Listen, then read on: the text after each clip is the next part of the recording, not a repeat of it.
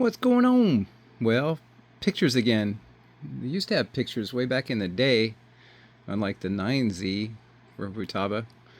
But then, yeah, all these 18s don't have pictures and 16s don't have pictures. I think the 32 maybe has always had pictures. But that's a lot of extra money for not much other than a picture. But anyway, the new 24Z has picture capability. So that's the 118-inch Aeroworks Extra, and that's a picture of it.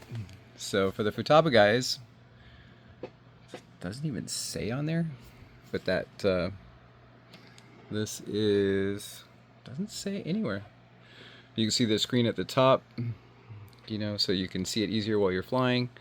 The 18 just had the at the bottom. See, that actually says what it is, but this is a 26. Is it SZ? Just like these are SZ, maybe. Yeah, took and put an adapter card. They changed that in my 18 with a microchip in the adapter card, and copied all the models, like 18 models or something, and then came over here, took the microchip out and put it down there. Oh yeah, look, you can see that. And copied all the models over. That went smooth. I got to test them all, make sure they work, but all the settings seem to be in there, sub trim, endpoints, mixes, whatnot, seem to be there. And then I was able to use the same adapter card, put it in a USB adapter, and put that in the computer, make the file they want. They still want BMPs like they did 20 years ago, 160 by 80. And yeah, they was able to Photoshop that, and then have it on the micro, on the adapter, and then I put the micro in here, and the picture comes up. Now you have to keep the card in there all the time for the picture to come up, not for the models, but there's no storage, internal storage for the pictures. So that's how that works. I completely took this thing apart, disassembled it, all the wires hanging out, all the switches all falling off, and everything, because it came set up for mode 1. So it had the throttle over here that was like this on this side, and ailerons over here, so I wanted to switch that, but you don't have to take it apart to do that. The screws for changing that are underneath these rubber flaps, that rubber flap and that rubber flap, and you don't even have to take the whole thing apart. But it was kind of cool to take it apart, because then I saw how the ratcheting works, and I have this now where it's almost heli, it's almost totally smooth, but I have just a tiny ratchet on it. I never realized how simple they had that setup. It's just, it's the gear that's running around this way, and they just have a band, just holding it down, just a metal band. So you're just adjusting attention on how much a band rubs on the gear. And then the one that has the notches, that creates that notched effect that some guys like on the throttle. That is just the same type of band, but it has one punched dent in it, downward dent, concave dent, and then that makes that notch as the gears roll over that dent.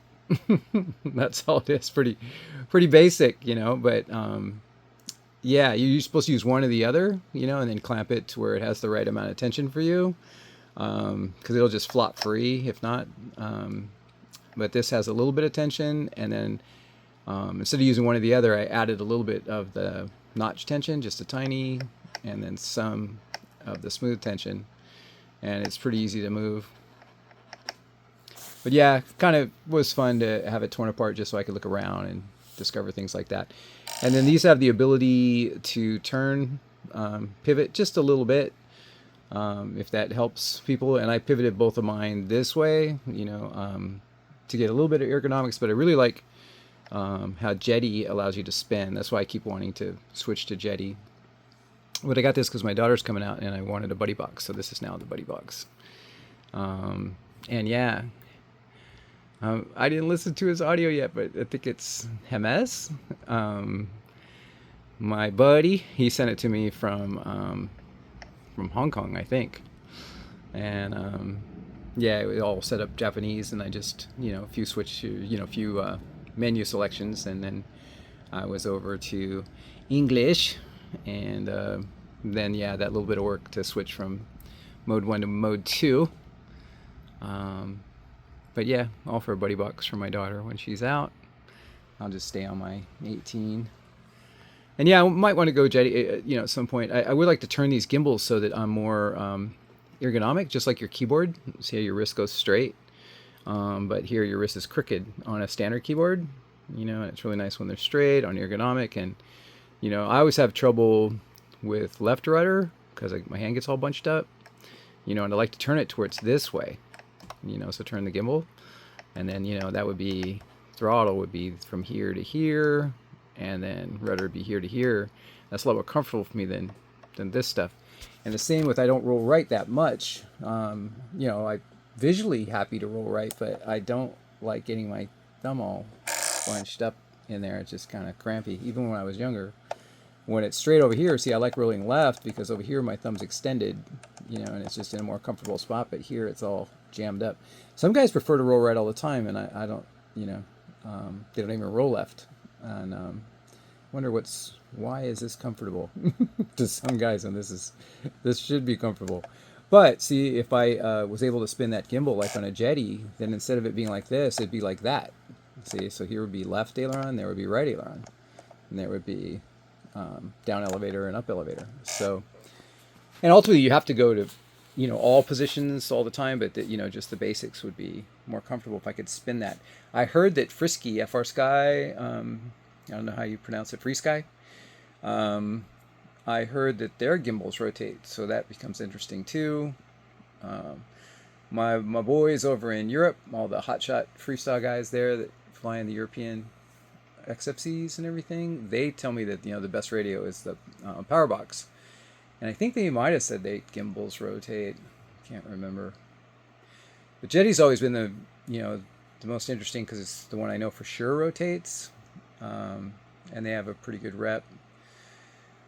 reputation. But yeah, I haven't converted yet. That's a lot of receivers and a lot of time setting up each plane. But you don't have to do them all. I guess you could just do one, or two, see how it goes. So that's, project for some time or another. I got the event on my mind in November. I got some ideas to make it super cool. Maybe make a special video for that. And then I'm probably ready to make an actual, rifle roll instruction video. I'm still not doing, as consistent and as much as I want with rifle rolls, but kind of have the basics down. And occasionally, down there 5 feet, and mostly at 20, just trying to stay real comfortable to where it just feels so natural, and trying to get more control of adjusting altitude, to where I can dip down, dip up. It's easier, to go straight, and it's easier to do a loop, but to have just control of your height where you can go down 10 feet, back up 10 feet, anytime you want, casually. Still working on that. But yeah, so some things have been on my mind to make a video about. The last trash can plane is working out really good. Oh, that's an interesting thing I want to make a video about too, is the deflection.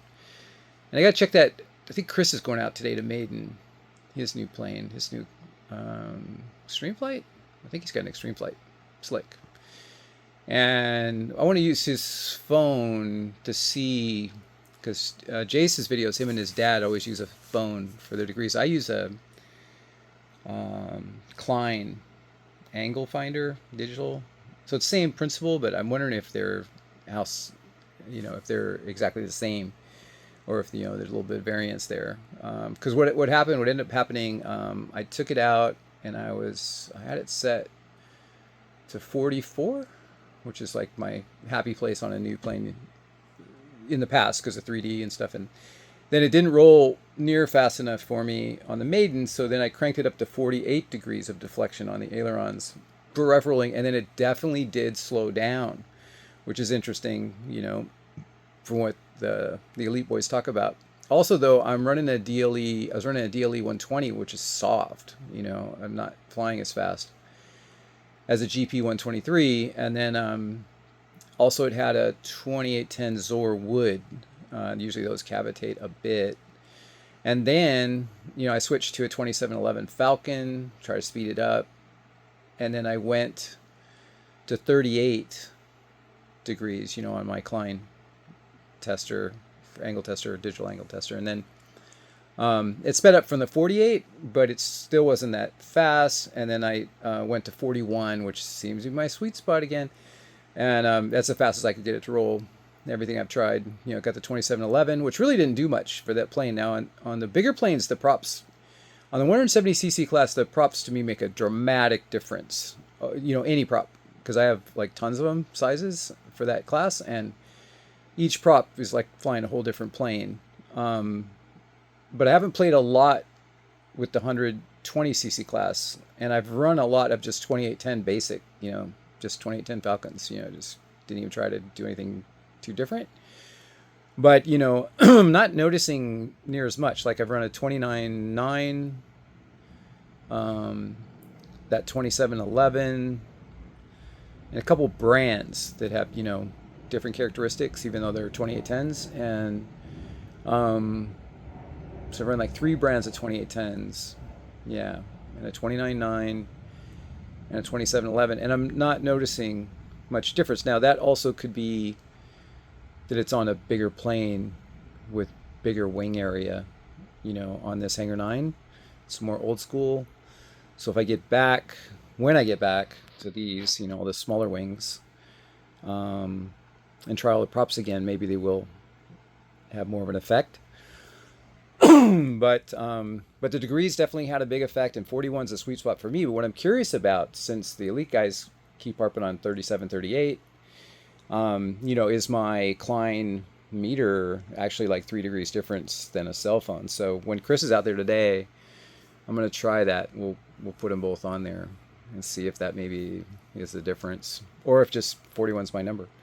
From there, I just find that, the more axial I get, plus I need time to be going full throttle, which I've been getting on the throttle a lot earlier. I like actually peg it and just go straight and level for about 50 feet before I start rifle rolling, so I can get up to speed and not slow the plane down. Because the DLE, it's a decent motor, but it's not a GP 123 at all.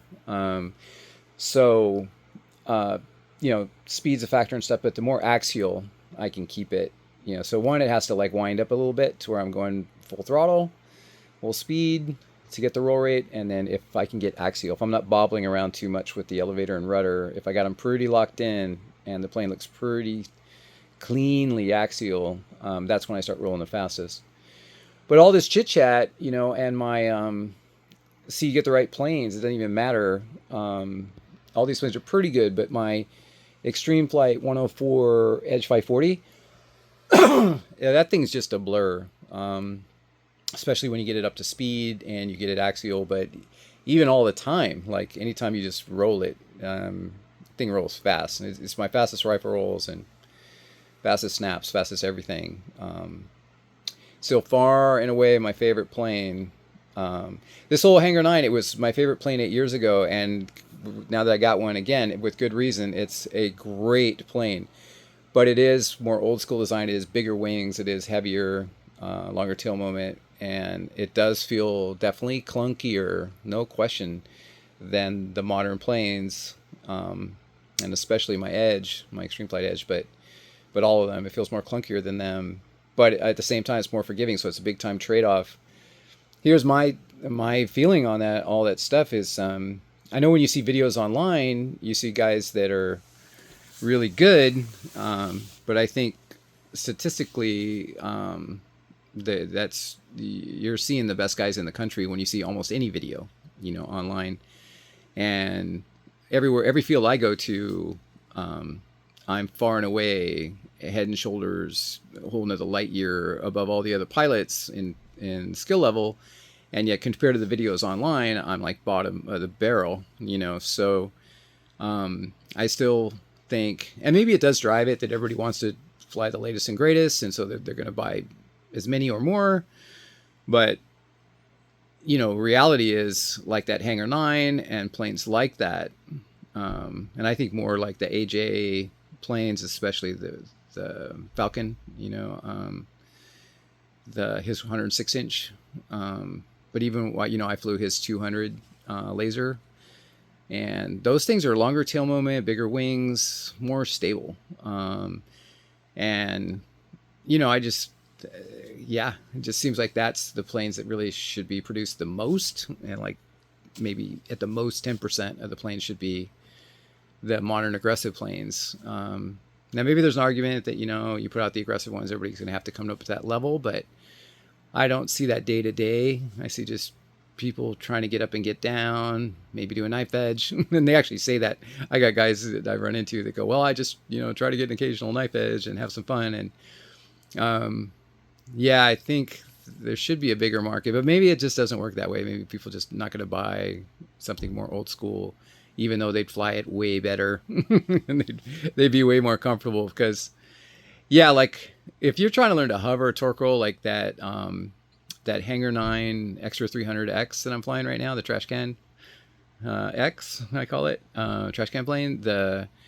When you're in a torque roll, I have a big rudder and a lot of rudder throw. You can bury the rudder, just like hammer it over, but the plane won't react. And then it'll have a delayed reaction. Then once it starts to react, it'll react slow.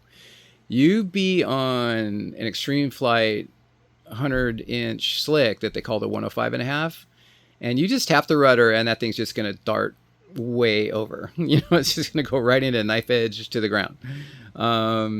So it's quite a different thing. And there's so many guys just learning to hover and torque roll and Harry roll and stuff. And they're like, oh, I want to learn. I mean, I get this all the time from these guys, And I go, yeah, let me help you and all that stuff. But those older school planes, it's just so much easier. Everything happens so much slower because the wing area and the tail moment length, and you're going to have a lot easier time. But of all the planes out now, the only ones, and I don't know all the planes, but quite a few of them I do know, but like that AJ, they call it a Falcon, the AJ 106 Raven. Sorry. Yeah, Falcon props. But that plane, that's about it, because you can't get these Hangar 9s anymore for like 7 years. But I think 90% of the guys be doing themselves a favor to get those type of planes. I'm sure Streamflight Skywing's got some pretty stable planes. Their 116 NG is very stable, but it's still short coupled. It's not as easy as the old school ones. Seems like they should, Extremeflight should bring back some of the 3D Hobby Shops planes. Like I got that. My first trash can plane was that 104 AJ Slick, and that's got a Hershey bar wing. That is the easiest plane to fly going, and fun. That's good fun. They should bring that thing back. I think 90% of the people would be really stoked flying that. But like I said, a lot of stuff's ego driven. A lot of it's just buying and showing off to your friends driven. And you got the latest Extreme Flight, the latest Skywing, the latest whatever, Pilot RC, CARF. We do love buying them. We do love having a new one. We do love having a cool new plane at the field and all that stuff. So, it may be better just to do what we're doing. But, if I could give, 90% of the guys flying gassers, if I could give them a little ride, let them fly the my Hangar 9 300X, let them try to hover it. I actually did with Crazy John the other day. He almost put it in. I was like, dude, what are you doing? Like, he doesn't even fly near that crazy with his own plane, but with mine, he just went for broke, but he never flew that good. He was, everything he was trying to do was so much more stable and easier for him. And like I said, he was really pushing his luck, but that's going to kill him. And, if I could give them all a pull on the 300X, they'd be hard pressed not to want to get one. But somebody put one out, something similar out in like a new cool colors and stuff, and put some quick release latches on it, and Yeah, that would definitely be the plane for everybody to get, except for the elite boys. Because, like I said, if you're an elite boy, then it feels clunky and it's not reacting as quick or as hard as you want. You're not going to be able to do the cool stuff you're doing now. But that's a pretty small group that the planes are all catered to, and maybe that is the best marketing plan and what's going to work the most. But I just keep thinking, yeah, if these guys could get on for the things that everybody I see is trying to do, if they could get on a plane, it would help them more.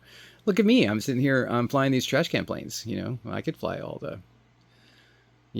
most aggressive all the time and do all the same maneuvers, but trash can just makes me comfortable. Even though I spent all that time and even some money, on that Hangar 9 300X, it works. Psychologically, it works perfect for me. It did from the first flight, even though that thing was kind of a bad deal headache.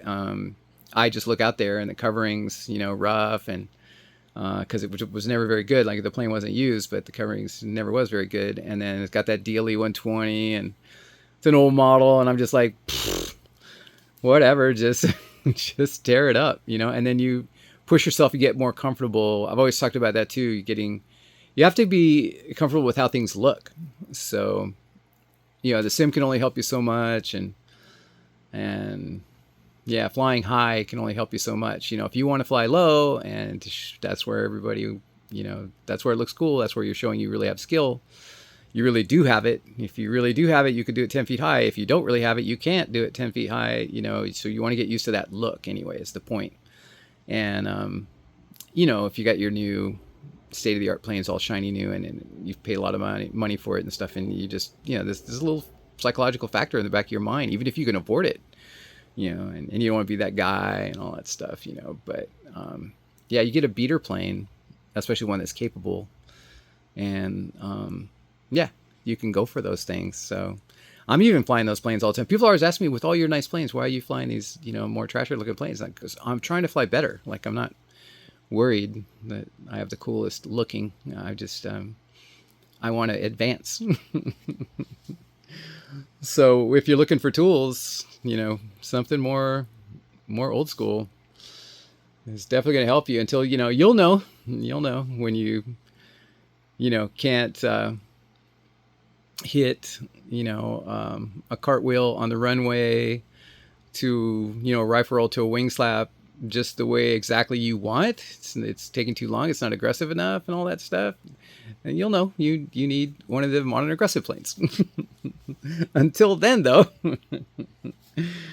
But yeah, I'm sure it's all falling on deaf ears. Everybody wants the latest, coolest thing that has the most advancement. So that's probably all right. Correct that way. That's just fine. And anyway, that's just some rabble babble, but I do want to make a like a, what would you call it, detailed or professional, like rifle rolling video, like all the experiences that got me to as far as I am now, and then hopefully I can still get a lot better, but kind of feel like it's time to actually make a legit video on that. And yeah, I should make an event video as well, because yeah, I want to do some cool stuff. That's only what 2 months away, right? So we got September and October, 2.5 months. Yeah, 2.5 months. Yeah, and so Tim Hanstein, he's on the definitely coming list on the event page on Facebook. And I heard he was coming, and it's the Extreme Flight, hosted event, and not hosted. Hammett's going to host it, but Extreme Flight's going to, what do they call it? I can't even remember the names of things. They're the key sponsor or something. Presented to you by Extreme Flight, but yeah, hosted by Hammett RC Flying Field. And yeah, and then Spencer is talking again about coming. Said it'd be a lot of fun. He didn't make the last one last December, but yeah, he might make it this time. Definitely make it fun for everybody that's coming, like him, and everybody. It's gonna be fun for everybody. But really looking forward to flying with Andrew and Mike and Nate and Juan Sanchez, from up north. Juan's got a maybe on there. The other boys all have a definite. So Juan better get his act together. Juan's gonna find himself on probation. And then, hopefully, I'm sure Alvin and Chris, and Mark and Bob will come out there. Can't guarantee Simon. Ty, not sure. But these are a lot of the local boys, but hope they all manage to get out there. And then the local Hemet guys are all cool too. So I got to make a video on that as well. So that's about it. It's a really cool 26 SZ, something like that. 26 something. 26 channel Futaba. And yeah, actually got a picture. Like that's a big deal. All right, out.